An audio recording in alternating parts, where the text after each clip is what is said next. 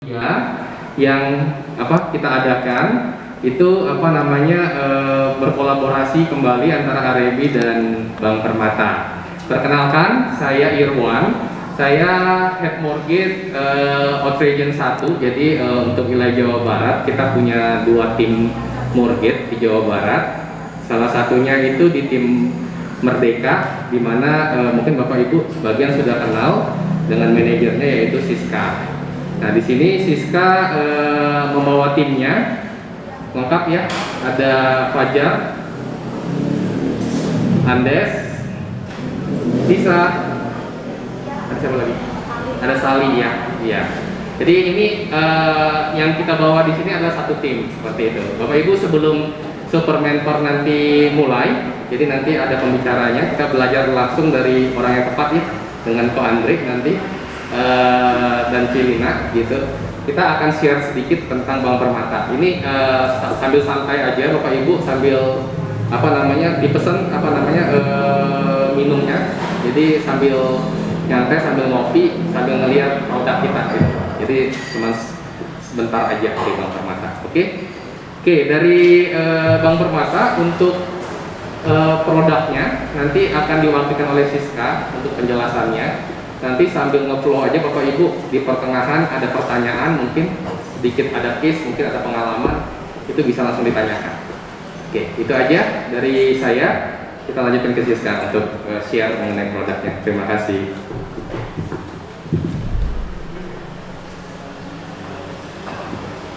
Oke, selamat siang ya teman-teman. Yang di belakang, Ibu kedengeran suaranya ya. Mungkin sebelumnya saya perkenalan dulu lagi. Mungkin ada beberapa sebagian yang baru ketemu juga ya. Ada yang sebelumnya juga udah pernah ketemu. Perkenalan saya dengan Siska. Saya untuk BDM Mortgage di cabang Merdeka.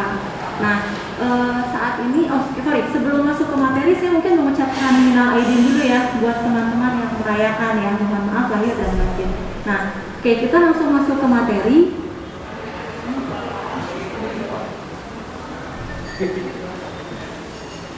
Oke, nah, apa sih yang Permata KPR itu bisa tawarkan ke nasabah?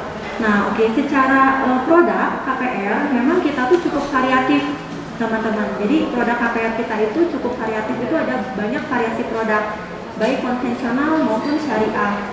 Nah, tapi di sini saya tidak akan share semua, mungkin saya akan share sedikit produk kita yang memang menjadi unggulan yang bisa di-offer ke konsumen-konsumen gitu.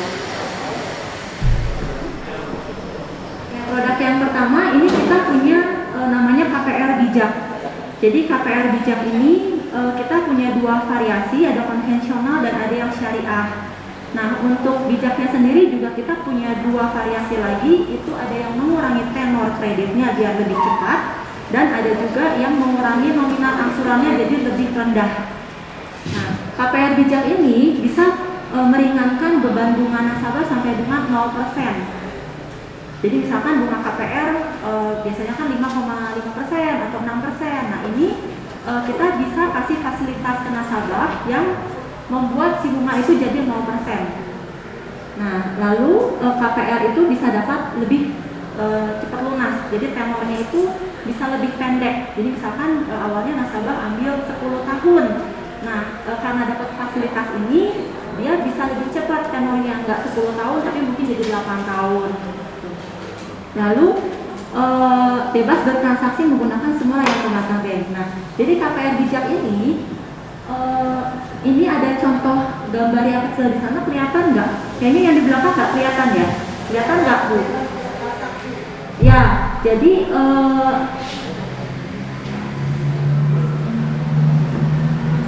untuk yang produk KPR Bijak ini kita ada subsidi dari tabungan. Kalau misalkan teman-teman nih KPR, pasti kan teman-teman nanti akan buka rekening tabungan untuk auto debit angsuran, betul ya?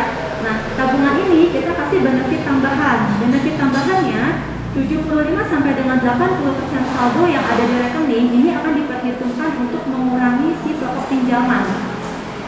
Jadi kalau contoh yang digambar ini nilai pinjaman misalkan 700 juta. Lalu ada tabungan nominalnya nominalnya 433 juta ya. Oh, 933 juta. Nah, 75% dari saldo tabungan itu dikalikan 933 juta baru akan sebagai pengurang faktor dari plafon. Jadi plafon 700 juta ini dikurangi dengan 75% kali saldo yang ada di tabungan baru dikalikan bunga KPR. Maka bunga yang dikenakan ke nasabah 0% karena dia simpan 135% kalau yang perhitungan di sini. Nah, untuk lebih mempermudah saya buat simulasi. Jadi ini contoh simulasi kalau misalkan ini yang KPR bijak syariah ya teman-teman, faktor pengalihnya 80%. Jadi misalkan nih plafon KPR 1 miliar, bunga KPR-nya 5,5%, fix 5 tahun. Tenornya kita buat 120 bulan atau 10 tahun. Nah, kita ada benefit juga untuk floating, itu kita transparan rate. Jadi biasanya kan nasabah itu worry ya pada saat setelah masa fix itu floatingnya berapa sih gitu. Nah, ini kita floatingnya kita sudah fixkan di awal, itu LPS rate plus dengan 6,75. Nah, lalu persentase manfaat tabungannya 80%. Nah, di simulasi ini kita perbandingkan KPR reguler dengan KPR bijak yang ada benefit. Jadi kolom yang ini kolom KPR reguler yang pada umumnya, KPR pada biasanya, yang KPR bijak ini yang ada perhitungan saldo di tabungan. Nah, kalau teman-teman lihat di sini, angsurannya yang KPR reguler dengan KPR bijak sama ya, betul nggak? Kelihatan?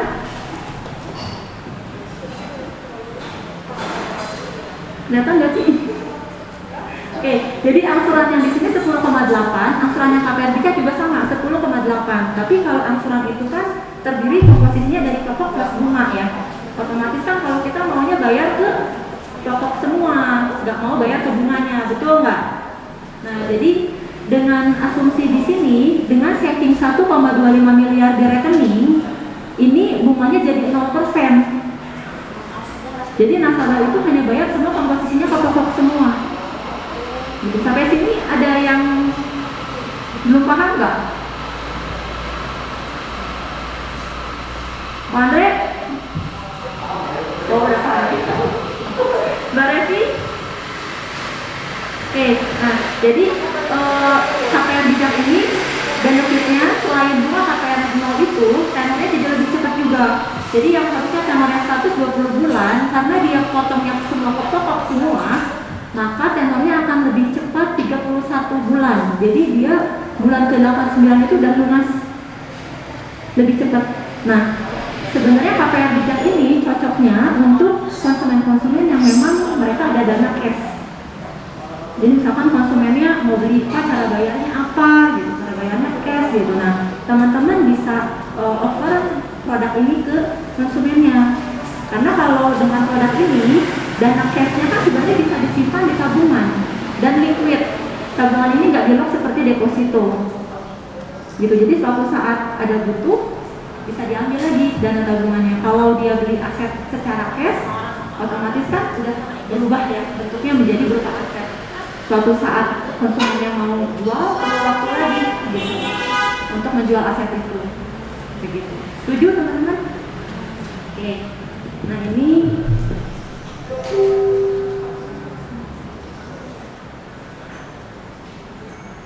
oke, yang tadi contoh yang kalau savingnya 112% lebih besar dari plafon. Yang ini contoh savingnya 50% dari pinjaman. Jadi kalau yang tadi plafon 1M simpan dana 1,25. Kalau yang ini simpan 1M tabungannya 500 juta. Nah, perbedaannya angsurannya itu dia akan tetap sama, tapi pokok dengan bunganya yang beda. Di sini dikenakan bunga, tapi bunganya lebih kecil. Kalau teman-teman lihat di kolom yang bunga yang KPR bijak, dengan konsumen itu simpan 500, bunga yang dibayarkan 2,7 juta. Kalau yang di sini yang dibayarkannya 4,5. Selisihnya ke pokok yang lebih besar. Pokoknya bayar 8,1, di sini bayarnya 6,2. Jadi sebenarnya sama seperti yang tadi, tapi penghematan tenornya di sini jadi lebih sedikit. Kalau yang tadi kan dia 89 ya. Kalau yang ini 97 itu baru lunas gitu. Dan sama tabungan ini nggak di-lock, suatu saat konsumen itu mau ambil itu bebas, free. Jadi nggak di-lock seperti deposito. Sampai sini paham ya teman-teman? Ada yang bertanya ini Pak? Nggak ada, kalau nggak ada lanjut ya. Ya Pak. Itu kan ada yang saving ya. Tuh. Savingnya itu sampai dengan berapa lama baru bisa? Kan pasti kalau saving itu mungkin ada orang yang ambil. Iya. Yang pertama 95%. Betul. Nah, misalnya dia terpakai di bulan pertama, apakah harus tetap juga? Jadi perhitungan itu sampai berapa bulan? Gitu? Oke, jadi ini berlaku sepanjang tenor Pak. Sepanjang tenor. Ada 125%. Kalau mau 0% bisa pakai aja, betul. Gitu. Jadi kalau yang sebenarnya gini, kalau saya lihat contoh yang ini ya Pak, contoh yang ini ya Pak, saving 1,25 M itu bunganya 0. Sebenarnya di saving ini kita asumsikan itu dia 1,25 standby terus di rekening Pak. Tapi pada faktanya nanti dia kan akan berkurang karena di auto debit buat cicilan, tapi dia akan impas terus Pak nanti. Dia akan impas terus sampai nanti sisanya berarti 1M, sisanya 250 juta, sorry. Karena kan nanti 1,25 ini karena dia 0 terus bunganya, berarti kan dia hanya bayar pokoknya aja tuh Pak. Jadi berarti nanti di akhirnya masih ada selisih saldo di tabungan. Kalau misalnya dari 125% itu dalam 1 tahun mengendap, tiba-tiba di tahun kedua dia diambil tuh, tiba-tiba sisanya 50%. Lalu pindah ke yang 50% itu kan? Nah, nanti ada bunga yang akan dikenakan Pak. Jadi nanti misalkan kalau yang ini simpan 1,25, bunganya 0, bayarnya pokok semua. Nah, setelah itu bulan kedua jadi 500 juta nih Pak. Nah, bulan kedua nanti dia akan bayar bunga. Gitu. Jadi ini kita memang hitungannya harian sih Pak. Jadi misalkan harian betul. Jadi end of balance hariannya Pak. Misalkan hari ini ada 1M, berarti yang kita hitung baru 1M. Besok misalkan diambil nih 500, berarti kita hitung dari 500. Besoknya lagi diambil 100, berarti kita hitung dari 400. Kalau nambah lagi bisa lagi. Iya. Jadi hitungannya harian kita akumulasi selama 1 bulan. Ada untungnya juga. Ada lagi pertanyaan yang lain? Kalau diambilnya berapa kali 24 jam? Misalnya kalau diambil Bebas sih, Ci. Jadi yang kita hitung adalah balance akhir hari. Jadi misalkan siangnya diambil, lalu malamnya dia balikin lagi. Nah kita hitung yang malam itu, yang end of day hari itu Ci.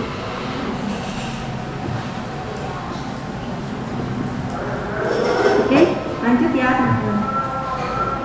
Oke, nah tadi itu adalah KPR bijak yang mengurangi tenor. Kita ada variasi satu produk lagi, ini KPR bijaknya mengurangi nominal angsuran. Beda nih, kalau yang tadi itu tenornya jadi lebih cepat lunas, kalau yang ini cicilannya jadi lebih murah dibayarkannya. Nah, ini prinsipnya sama teman-teman. Jadi saldo yang di rekening itu kita perhitungkan untuk mengurangi bunga KPR. Tapi perbedaannya kalau yang tadi itu kan tenornya jadi lebih cepat. Kalau yang ini angsurannya jadi lebih murah tuh. Ini asumsi dengan simpan dananya 125% dari pinjaman. Nah, di sini marginnya masih ada ya 4,5, pokok 6,2. Nah, di sebelah sana pokoknya sama 6,2, tapi marginnya yang jadi kosong, teman-teman. Berubah semuanya pembayarannya ke pokok, tapi nominalnya tuh jadi lebih kecil 6,2. Nah, di sini bedanya tenornya tuh tetap. Misalkan diambil 10 tahun, ya lunas 10 tahun juga. Tapi nominal yang dia bayar itu lebih murah. Gitu. Bingung? Bingung nggak sih? Oke, bedanya kalau yang tadi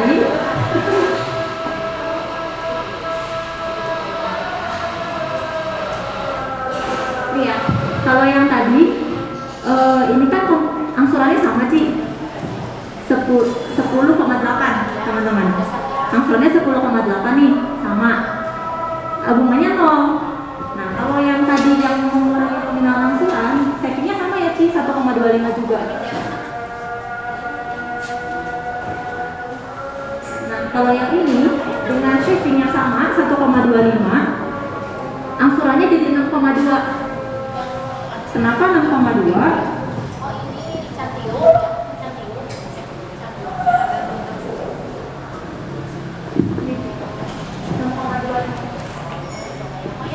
Ini sampai nominal yang di asuransi ini sama dengan nominal tertentu nih.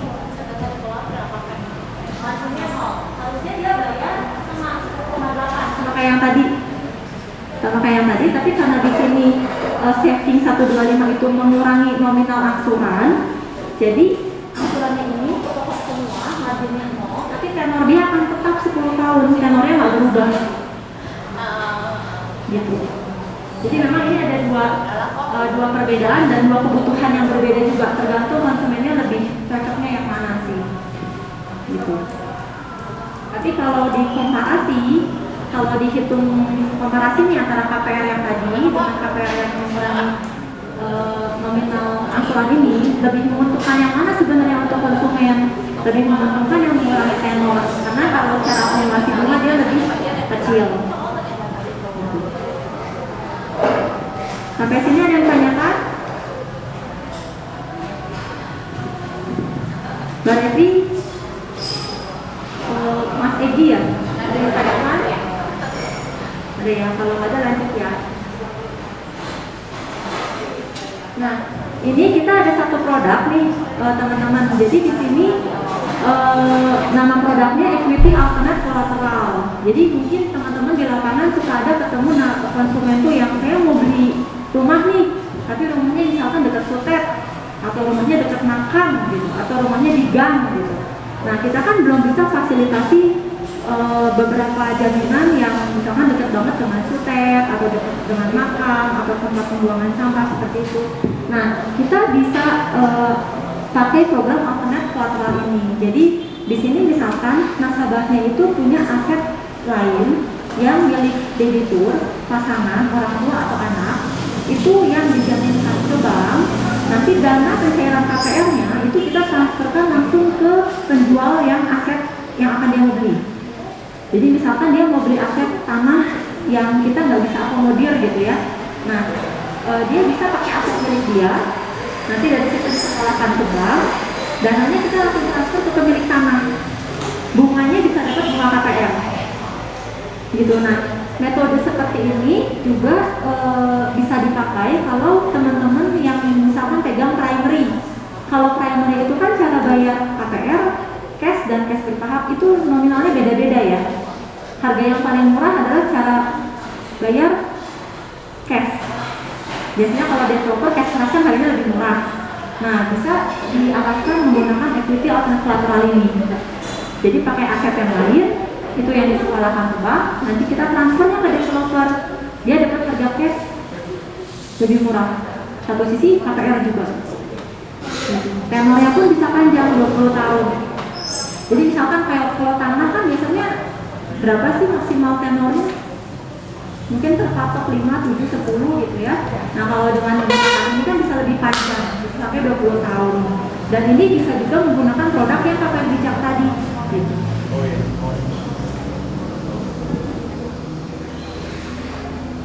Ada yang mau ditanyakan, Mbak Revi? Lanjut ya. Nah, ini kita juga ada program itu kalau KPR kan pasti ada biaya yang muncul ya teman-teman, biaya bank dan biaya notaris.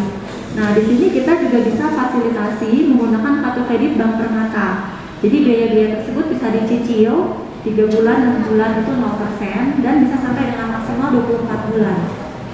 Jadi ini cukup membantu juga buat konsumen-konsumen yang misalkan dia adanya cuma buat DP-nya aja nih gitu, buat DP-nya belum cukup gitu. Nah, bisa kita bantu menggunakan fasilitas kartu kredit ini.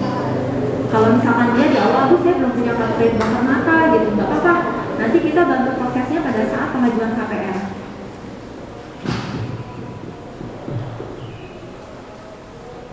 Nah, ini untuk suku bunga yang saat ini teman-teman Untuk yang primary itu kita start dari 4,25% fix 3 tahun atau 499 fix 5 tahun. Untuk yang secondary itu start dari 4,5% fix 3 tahun dan 5,5% fix 5 tahun. Lalu kita juga untuk floating, jadi nggak perlu worry juga karena kita sudah batasi ya, kita sudah transparan rate itu di LPS rate plus 6,25. Ini start from ya.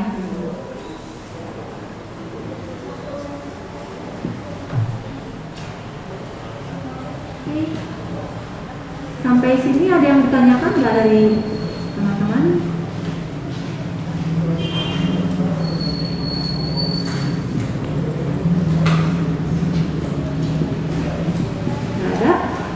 Dari Pak Iwan ada yang mau tambahkan?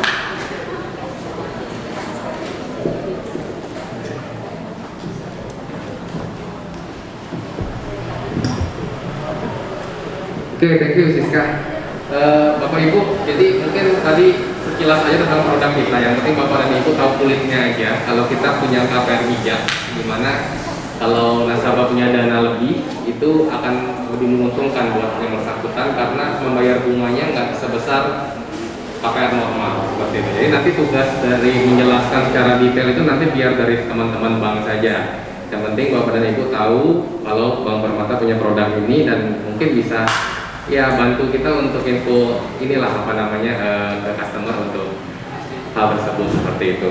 Nah, yang menjadi kunci juga menjadi apa namanya strong point dari KPR Bank Permata itu yang tadi tuh yang apa namanya biaya KPR itu bisa dicicil 24 kali. Itu nggak semua bank itu bisa. Jadi terkadang kan orang beli rumah siap untuk apa namanya bayar DP-nya, kadang-kadang kaget dengan biaya notaris, pajak dan lain-lain. Belum lagi kalau pakai KPR ada biaya KPR ternyata gitu kan ya yang harus dibayar. Nah ini dengan menggunakan apa namanya skema ini biaya KPR-nya itu bisa dicicil 24 kali. Jadi itu yang cukup menarik sih di Bank Permata seperti itu. Oke, mungkin kalau memang tidak lagi ada pertanyaan dari Bapak dan Ibu, nanti bisa japri aja ke kita mungkin case per case kalau ada pertanyaan atau mungkin case di lapangan yang mau ditanyakan, kita langsung masuk aja ke inti acaranya dari Super Mentor. Oke, kita serahkan ke Ko Andre dan Cilina.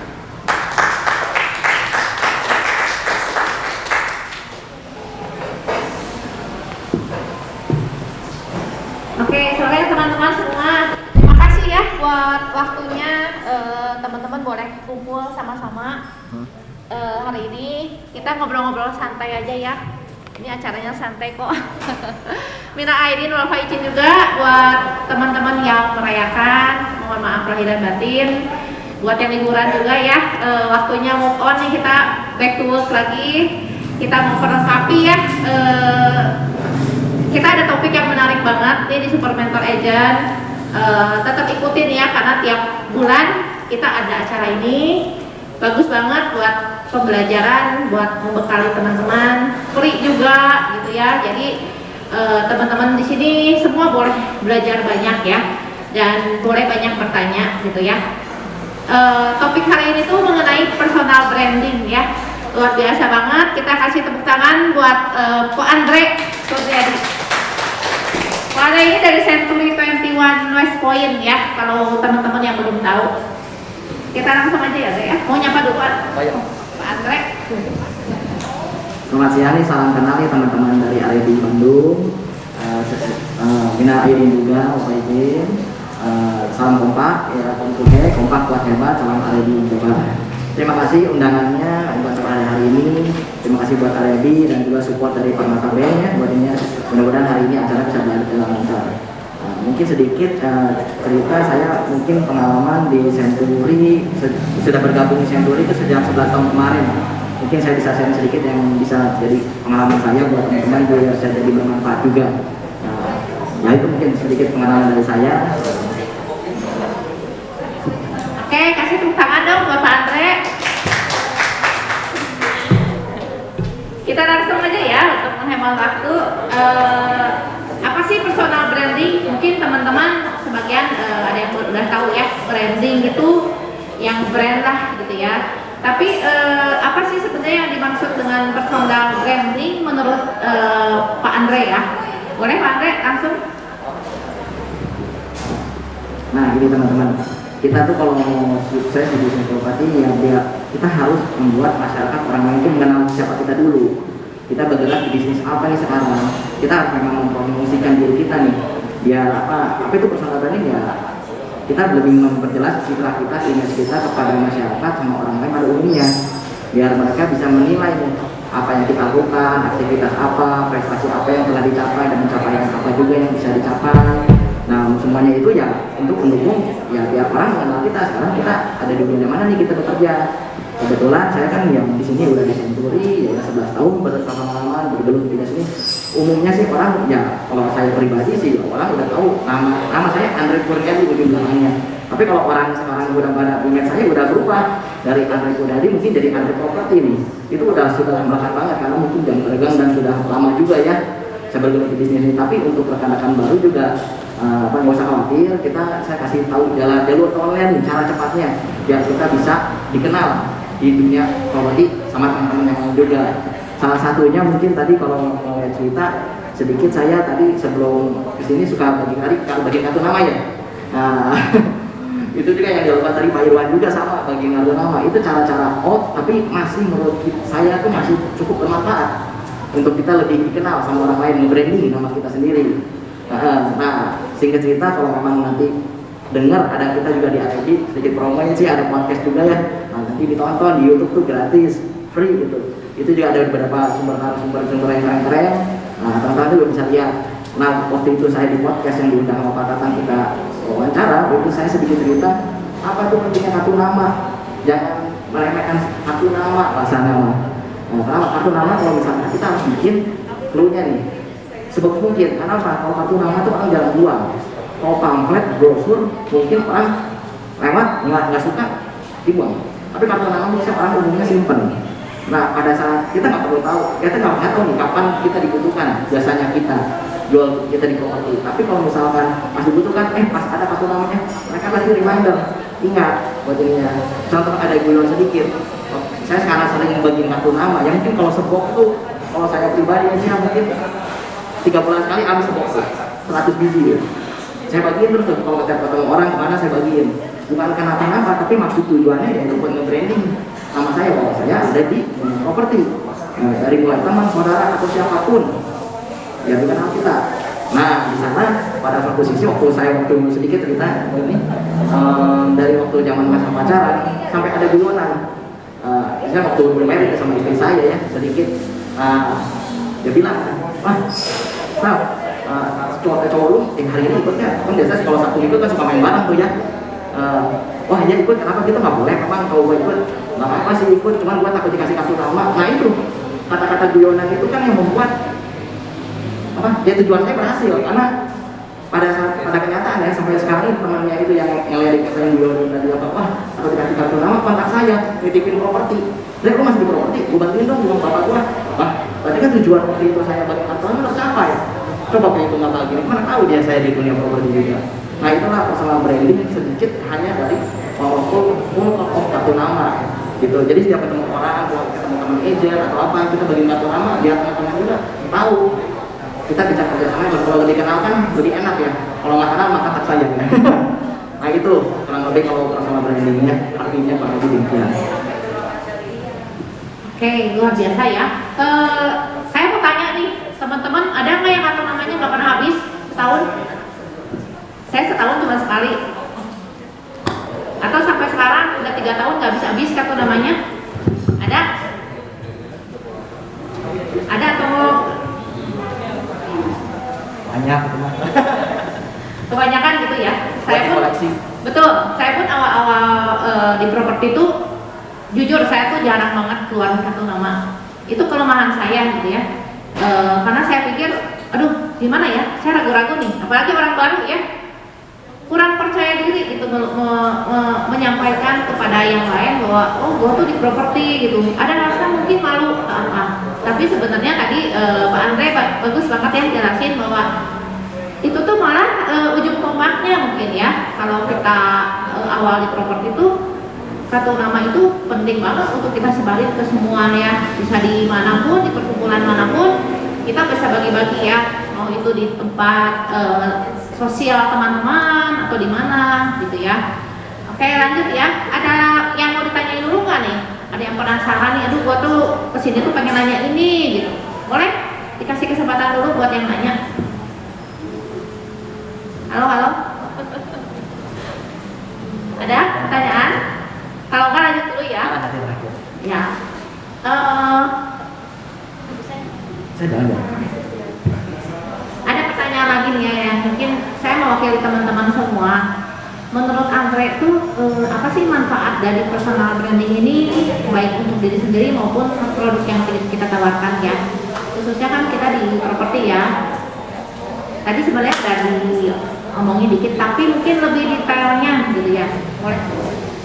Oke, manfaatnya sebenarnya sangat banyak sekali personal branding, apalagi bagi kita ya untuk yang itu dan kerja di bagian di bisnis properti. Salah satunya mungkin meningkatkan kepercayaan para customer, orang lain, masyarakat pada umumnya yang mempercayakan titipan jual beli properti ataupun sewanya ya. Mereka umumnya pasti lebih percaya agen yang punya berkantor dan lebih profesional di bidangnya dibanding istilahnya ya kita nggak punya brand sama sekali gitu, nggak punya kantor sama sekali. Nah itu salah satunya. Yang kedua mungkin kredibilitas juga sama, buat ini manfaatnya jadi kita lebih, orang juga kita nggak usah bicara banyak kalau misalkan kita udah nge-branding diri kita sendiri, orang udah menilai, wah Andre itu apa? Oh coba nanti lihat kasih nama saya aja, judulnya kan ada nama juga, udah master gitu.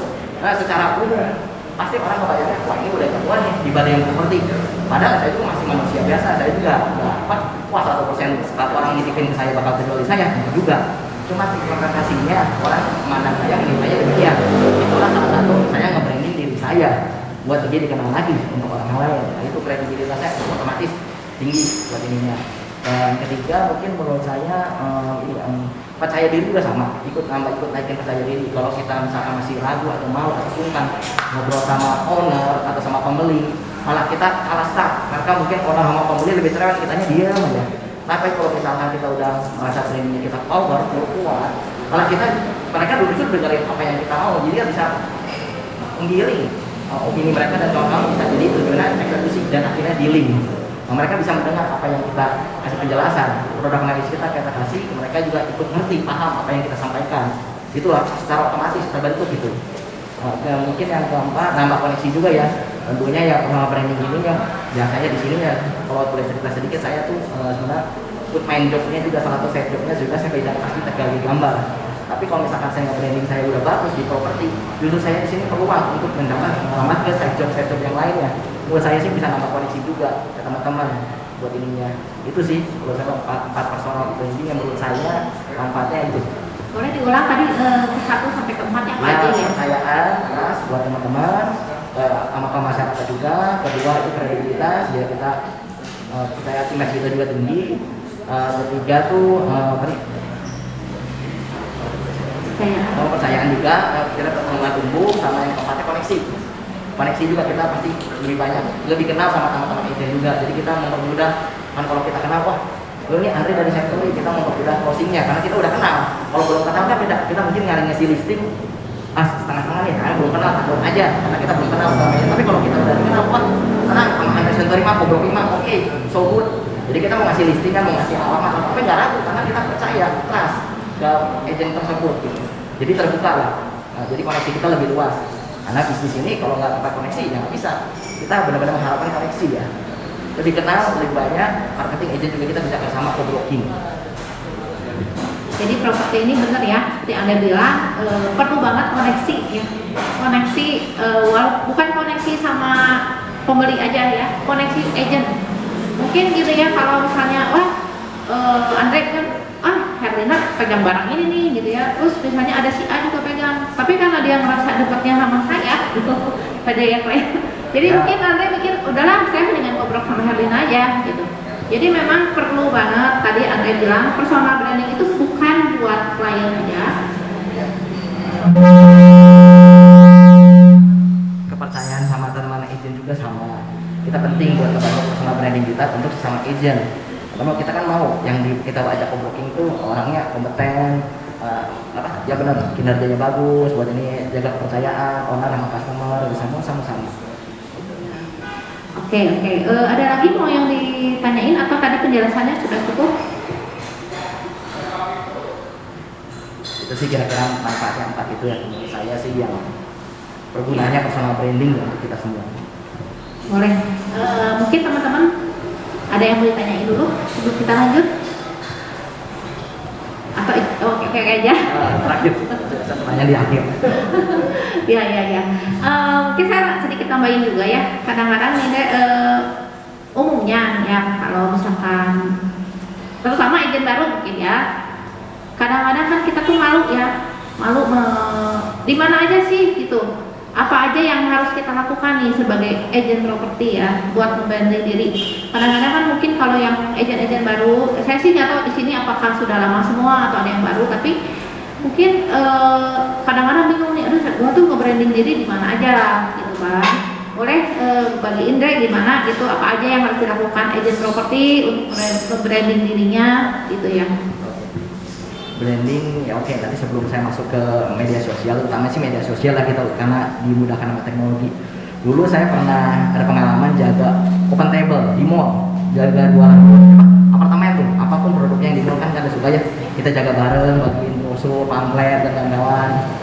Suatu ketika ada teman saya juga dari agen properti juga ngomong, Dre, lu nggak salah apa semua kayak baju seragam komplit name tag apa gini, lu gimana jagain di mall? Nggak malu tuh disamain sama orang marketing yang di mall yang bagian brosur atau nggak salah mobil lah, bahasanya kan suka gitu tuh disamain ya, yang nggak apa-apa tuh di situ di sana kan kita nggak branding diri kita, bener nggak? Soal kenapa emang lu malu jadi apa agen properti yang bagian brosur di mall? Iya soalnya gua waktu di ya, tes ya. Waktu di gereja mah gua ngomongnya berusaha. Masalah tuh mentionnya, justru itulah kesempatan saya buat nge-branding karena saya baru, marketing baru, belum banyak orang teman-teman mengenal saya di properti, mungkin orang-orang lain saudara juga belum tahu. Nah di mall itu saya bagi tuh bagian brosur, diajak kirim, kalau misalkan itu dia salahin kartu nama saya juga, atau memang mungkin belum jodohnya customer itu beli apartemen atau unit yang kita tawarin, tapi suatu saat nanti dia perlu 20.000 rumahnya atau sewa yang lain, dia bisa nitip ke kita. Kan tujuan kita nyari database, data bayar juga.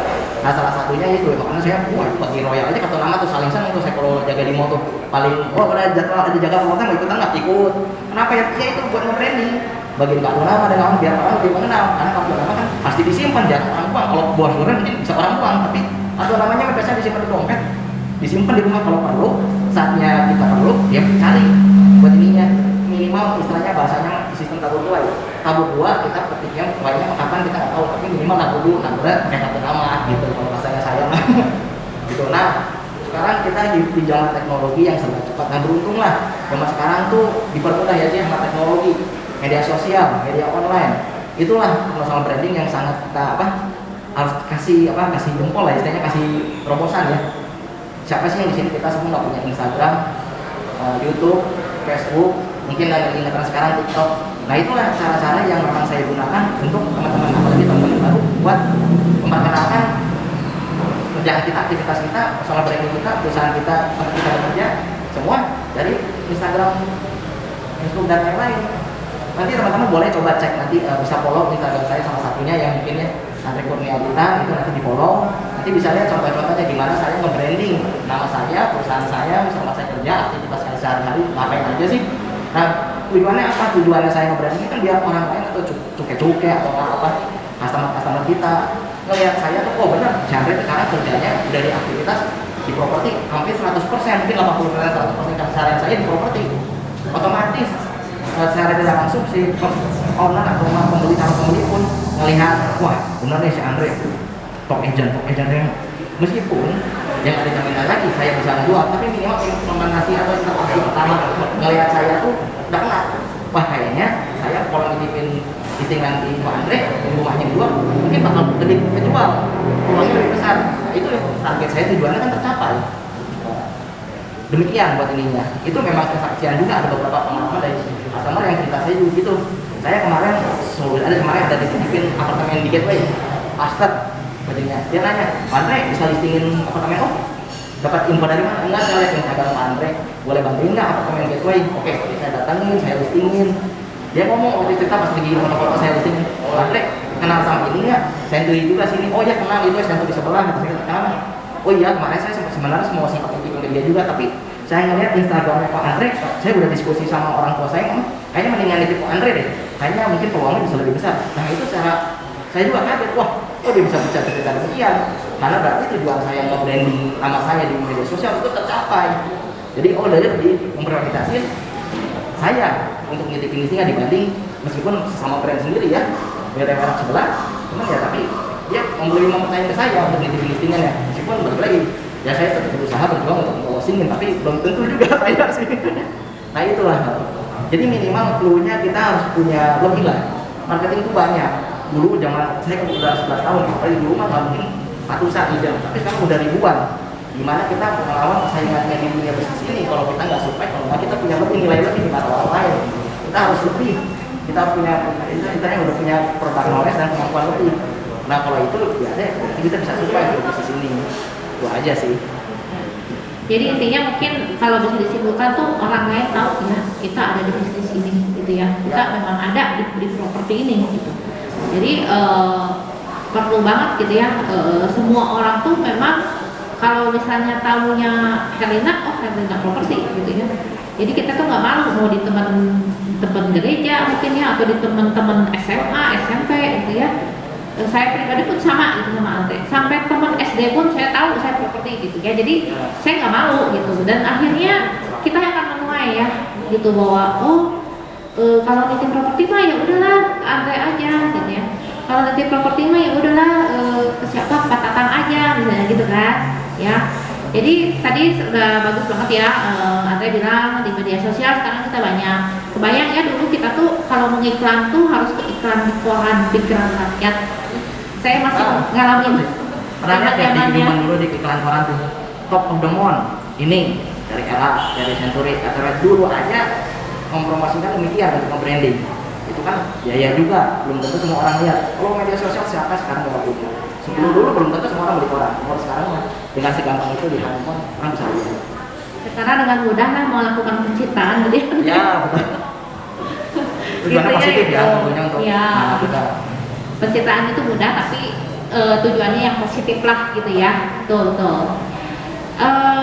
Selanjutnya tadi kapan dan di mana sudah dijawab juga ya Teh ya. Oh ya namanya sedikit tadi yang baru-baru kan gini. Kalau saya sih di media sosial kan promosiin apa otomatis.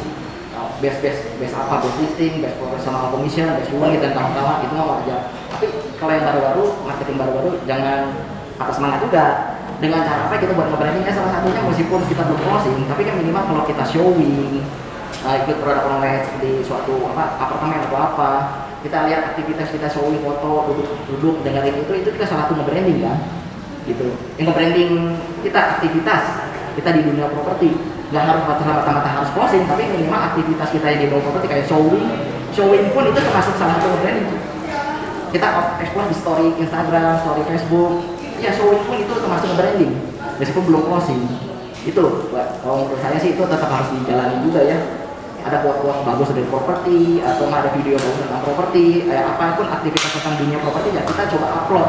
Nah itu salah satu nge-branding juga. Itu tujuannya ya nanti kedepannya lebih bagus. Mungkin jadi lebih masuk ke kontennya ya. Ya betul. Konten media sosialnya itu ya kita harus perhatiin juga gitu ya, jadi bukan sekedar pencitraan yang tadi saya bilang ya, tapi mungkin ya showing gitu ya boleh gitu ya. Kadang-kadang kan kita lupa ya, saya termasuk orang yang suka lupa gitu ya, kalau orang lain showing pun di foto gitu kan di Instastory. Nah itu ternyata nge-branding diri kita, oh ternyata ini agent aktif loh. Iya pasti. Nih lihat WLC nih, wah agent aktif nih gitu ya. Saya kenalnya LC sama Saya selalu nih ada yang marketing di properti yang pakai seragam kantornya. Ini saya punya sedikit cerita pengalaman. Ini bagusnya name tag dan seragam kantor, manfaatnya sangat besar dibalik kartu nama. Jadi jangan lupa seragam itu penting juga. Saya sering ngirim paket ke JNE yang di Mekarwangi di Singgasana. Suatu kali saya selalu pakai Senturi ada name tag saya. Saya ngirim paket mau ke Jogja pun saya juga pakai baju seragam saya. Tiap hari itu hampir cuma beda warna doang. Tiap hari itu di semua kantor baju seragam semua sama. Nah pada satu ketika saya ngirim paket di JNE itu ada ownernya mungkin ya di belakang ngeliatin saya aja, saya mau ngirim paket nungguin antrian, dia nyamperin deketin saya nyamperin, dek, oh iya pak, gimana kerja di mana dek, nanyain kerja di mana, oh iya di Century apa, obat bukan, properti pak, darinya, oh jual beli rumah sewa, oh iya ya paham. Ya. Rumah saya seperti itu di singgah sana saya main nanti, hah? Hanya gara-gara ngirim paket. Coba kalau saya nggak pakai seragam, dia akan bikin nanya. Tapi karena kita pakai seragam, dia ngerespon dek, kerja di mana? Nah, otomatis kan, berarti mau ngomong dapat listing gratisan tuh, hanya gara-gara seragam sama nempel. Iya, ya itu nggak bisa dipungkiri memang cara-cara lama tapi berhasil juga. Ditambah nanti dengan protokol media sosial itu dikombine cara lama sama yang baru semuanya menghasilkan. Nah itu loh, ini kisah nyata asli. Saya jalan-jalan ke Jogja satu lagi, jalan di belanja barang pakai kartu pakai ini. Ada supervisor kan di Jogja yang baju putih yang pedasi itu biasa nih. Yang perintah juga, kok kerja di Century? Uang mama saya teh di Sumber Sari teh pengen dijual kok ada rakyat masalah berapa kok? Dia nanya, oh saatnya kasih kartu nama nih, kartu nama langsung tuh. Ya kok masalah segini kurang lebih. Oke lah, nanti saya coba diskusi sama mama saya, nanti kalau mau bantu jalan nanti kabarin. Dari hari aja udah otomatis nge-branding nama saya dan kawan kan pakai seragam gitu. Nah itu salah satu orang bergengnya kita. Jadi kita di properti nah itu salah satunya. Jadi jangan malu atau sungkan kalau kita pakai seragam kantor kita sendiri. Nah ini kan itu peluang untuk jalanin bisnis ini ya. Dan kita lebih dikenal sama orang lain gitu. Nah itu. Oke. Sebelumnya gimana? Sudah cukup jelas ya mungkin ya tentang personal branding. Jadi kita bisa melakukannya tuh di mana saja, bukan saja di media sosial ya. Kalau kesimpulan yang saya ambil tuh mungkin bisa di media sosial karena kan sekarang lebih mudah ya, ada Facebook, ada IG gitu ya, TikTok. Kalau saya lihat Andre tuh demen banget itu TikTok gitu ya. Saya lihat juga beberapa teman-teman juga udah mulai sih sebenarnya, cuma mungkin kita lebih lihat lagi kontennya gitu ya. Kontennya tuh seperti apa ya Andre ya, yang bagus itu untuk personal branding kita tuh apakah harus seperti apa, mungkin ya ada tips-tipsnya mungkin ya, konten dari sosial medianya gitu ya, boleh?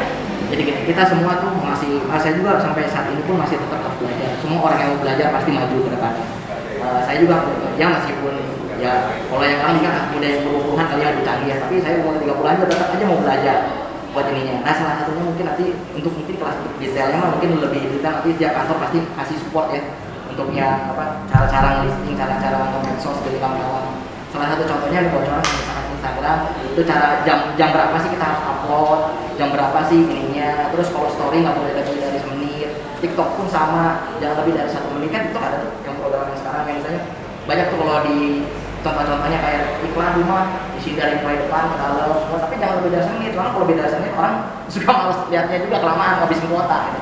Nah itu tip-tipnya itu banyak sebenarnya. Tapi semua yang kita keluarkan, semua yang kita upload itu harus berhubungan dengan properti, bukan makanan ya. Kalau makanan mah Instagramnya harus pribadi. Tapi yang semua yang berhubungan dengan properti, jadi orang menarik. Jadi kemarin ada contoh yang dari kita kalau dari Century ada yang nge-post lagi ramai hepatitis tuh. Wah sekarang gimana cara menghindari hepatitis di properti? Ya salah satunya tadi harus kita bersih kayak gitu. Ya cara membersih rumahnya pakai apa? Nah itu kan salah satunya. Untuk nge-branding juga semua apa kegiatan tentang properti. Nah ya kayak gitulah buat ininya. Bisa lah kita malah udah jangan kalau udah jadi udah semua udah punya ya Instagram TikTok sendiri nih. Udah lebih ahli lah mereka sih daripada saya. Cuma harus lebih dipuletin lagi aja, dirajinin lagi sering uploadnya. Siap-siap, bagus ya. Jadi pulang dari sini siap-siap ya, personal brandingnya ditingkatkan, dikencangin lagi. Ya tiap hari kalau bisa sih upload, tapi jangan terlalu banyak satu, tapi konsisten tiap hari. Begininya apapun yang berhubungan properti showing juga semua ya. Oke, ada yang mau ditanyain? Teman-teman ada yang mau bertanya? Atau mungkin ada masalah di lapangan yang mungkin saya bisa coba dulu. Ya Bu Lili, ayo Li.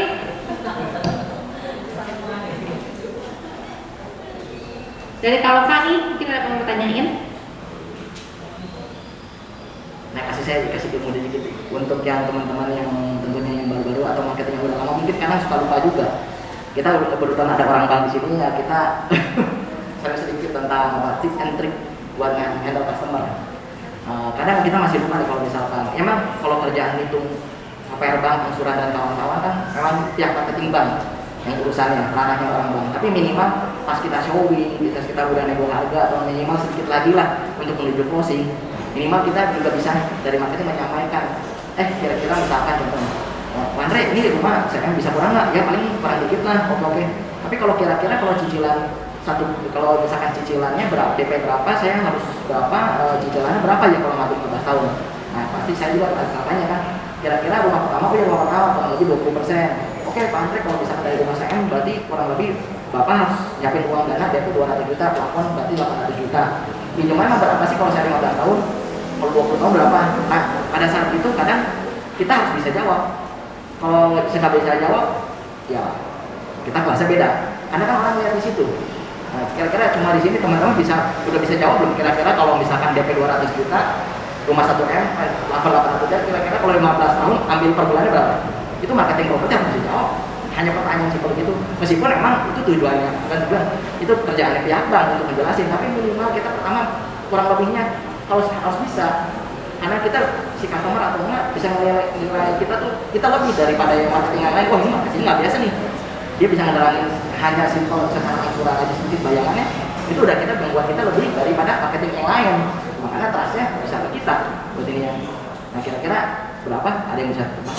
Kira-kira per bulannya berapa sih kalau ngambil 15 tahun? 20 tahun berapa? Jadi minimal si customer masuk boleh kebayang berapa? Oh berarti gua harus siapin DP 200, cicilan gua segini masuk nggak? Jadi dia begitu langsung nanti oke lah. Jadi sok segini, awal segini, jadi gua bisa satu. Jadi nggak awang-awang, jadi itu mempercepat eksekusi finalnya untuk closing gitu. Nah itu juga kita ya belajar tetap. Tapi tenang, saya juga nggak bisa jawab, saya juga nggak hafal. Tenang aja, ada triknya. Download market kalkulator. Saya juga nggak mungkin pegang semua brosur dari tiap bank ya, karena kan beda-beda. Nah, ada, kalau nggak di rumah 1, 2, 3 aja untuk promosi. Itu ada kalkulator namanya kalkulator KPR. Kita bisa dengan cepat, dengan sangat mudah 1 menit aja isi langsung. Nah pada saat kita bisa jawab itu membuat personal branding kita juga kita bisa lebih daripada agen-agen yang biasa, yang lain. Nah otomatis trustnya mereka kepada saya lebih tinggi. Wah benar ya, beda ya si Anda Senturi mah, ini gue tanyanya bisa jawab, angsuran bisa jawab, acak segini bisa dijelasin kok, pajak jual beli apa semuanya, biaya-biayanya udah keluar. Oke, ya gitu kurang lebih lah. Otomatis kan misalnya trustnya lebih percaya ke saya. Nah itu teman-teman juga harus punya kayak gitu buat punya dia ilmu lah tambahan buat ini. Siap. Oke, jadi selain personal branding, kalau yang saya tangkap nih ya dari penjelasannya, selain personal branding bahwa menunjukkan kita di properti, kita juga tunjukin profesionalisme kita ya. Itu penting mungkin ya, jangan sampai orang tanya bunga bank ini berapa ya? Berapa ya Pak? Gitu ya. Saya sih agak berusaha untuk ngapalin ya, ada bank ini berapa, bank ini, terus hitungannya. Terus mungkin pajak penjual pembeli, jangan sampai, aduh nanti ya Pak, saya tanyain dulu atasan saya. Nah itu tuh jangan sampai. Itu sebenarnya pajak penjual pembeli itu mudah sekali untuk dihafalkan ya. Ya standar aja yang biasa kita bisa harus hafalin. Ya. Kan susah itu Maya. Jadi mungkin personal branding itu bukan diri sendiri, tapi profesionalisme kita bekerja juga ya mungkin ya Andra ya. Ngebantu yang penting menjadi satu. Oke. Ada lagi mau ditanyain? Karena di bahan saya cuma segini loh. Saya nungguin dari audiens yang ada di sini. Ada? Saya kasih waktu nih 1 menit. Ya. Kalau kan nanti ditanya. Acara kayak gini sebenarnya bagus sih buat teman-teman. Jadi saya juga di sini kan udah ada yang kenal, ada Pak Aris, tapi juga ada yang baru-baru yang saya belum kenal. Tapi minimal dengan acara gini kita kalau kedepannya kita mau co-broking apa jangan sungkan, karena kita udah kenal, kita udah pernah ketemu. Jadi udah lihat orangnya, oh ini, Ci ini. Nah, jadi ya udah, Ci butuh barang mana ya saya kasih. Kalau yang perlu trust, percaya nih gitu. Makanya ya nama itu sangat penting ya.